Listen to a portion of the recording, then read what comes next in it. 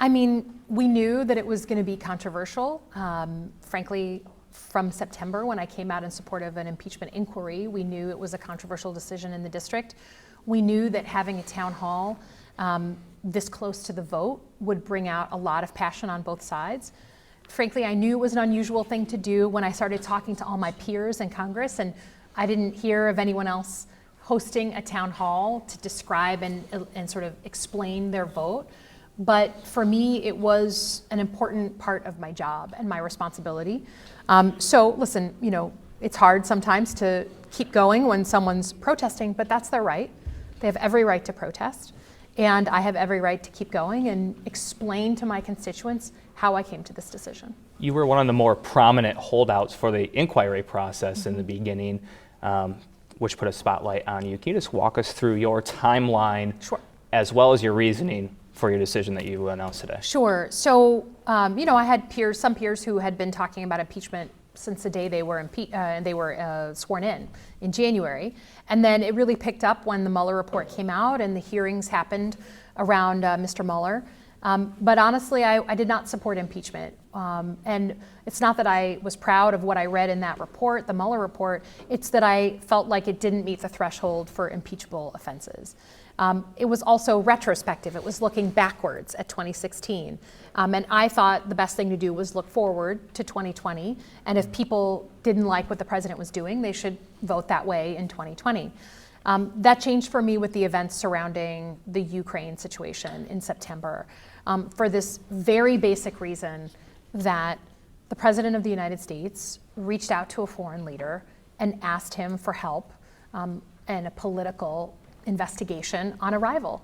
He asked a foreigner for help in our political process for personal political gain, not for the national security interests of the United States. And that for me was different.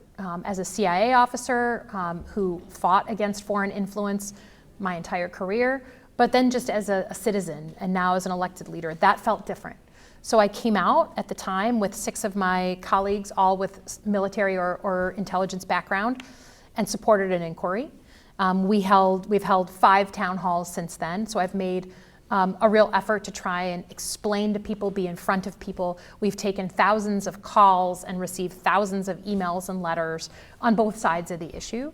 I took a breath this past weekend to really reflect on everything that came out of the hearings, everything that came out of the testimony, and frankly to go back to the historical documents on which this whole concept of impeachment comes from. And that was what I was trained to do as a CIA officer. I did it in the quiet of my own farm, and I made this decision late yesterday. And that's how we got from there to here. You mentioned recently that you guys had to add an extra phone line in the office, We that did. you've had over 1,400 phone calls. Yeah. What was that pressure like? Well, we have a lot of wonderful people in Michigan and on our staff in Michigan and in DC who spent the better part of the past 10 weeks answering phones. I can hear, you know, when I'm sitting in my office, either in Lansing, in Rochester Hills, or in DC, I can hear the phone ringing, right? I can hear it. So I certainly know when there's an uptick because all of a sudden I hear it. You know, you can't make a decision based on someone pressuring you one way or the other. And I think it sounds strange maybe, but this was never like my career that I hoped to do from when I was 18 years old, right? I came to elected office in a very different route through national service. And so I'm not going to be swayed just because people are pressuring me one way or another. I'm not going to compromise my integrity on what I think is right simply because of a poll or because of people pushing and prodding. And that goes in either direction. Do you believe your constituents feel the same on impeachment as you do? The majority of your constituents? My guess is a slight majority are against impeachment. That is my assessment. I don't have a scientific analysis of that, but that's my feeling. And so I knew that it was going to be controversial when we would come out in support of an inquiry, and I certainly knew it would be controversial when I wrote my op-ed for the Free Press and came in front of this audience. But like I said, there are just some things that are Congress's responsibility, impeachment, declaring war, that have to be beyond politics.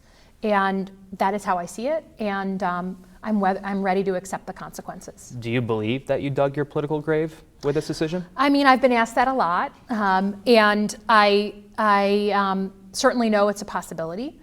But at least I know that if the voters decide next year that they don't want me as their representative anymore, I can go out with my head held high that I did what I thought was right, and I can look myself in the mirror when this job is done. And I couldn't do that if I bent to the will just for political expediency and voted no when I believed it wasn't the right thing.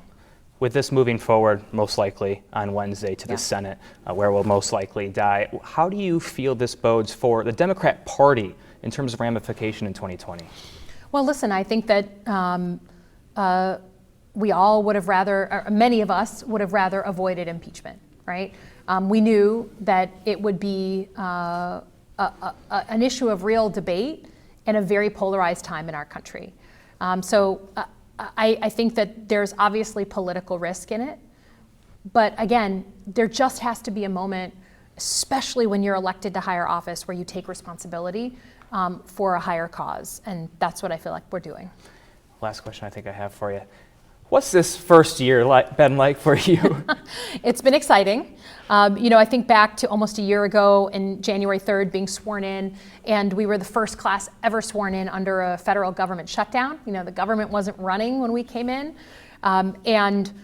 We've had issues related to immigration and election security and healthcare and prescription drugs. And all, in the past 10 or 12 weeks, all of that has been under this moment of impeachment. And that you did not expect. I did not expect it. It was probably the last thing I wanted to be working on, quite frankly. But you don't get to choose what happens. That's the point of leadership, is that you have to respond to the things that happen and do your best to manage them in a way that advances the interests of your district. And so that's what I'm doing, and it's the biggest honor I've ever had in my life. There's a little catch-22, because what your district wants, the majority of, sounds like, is not for the president to be impeached.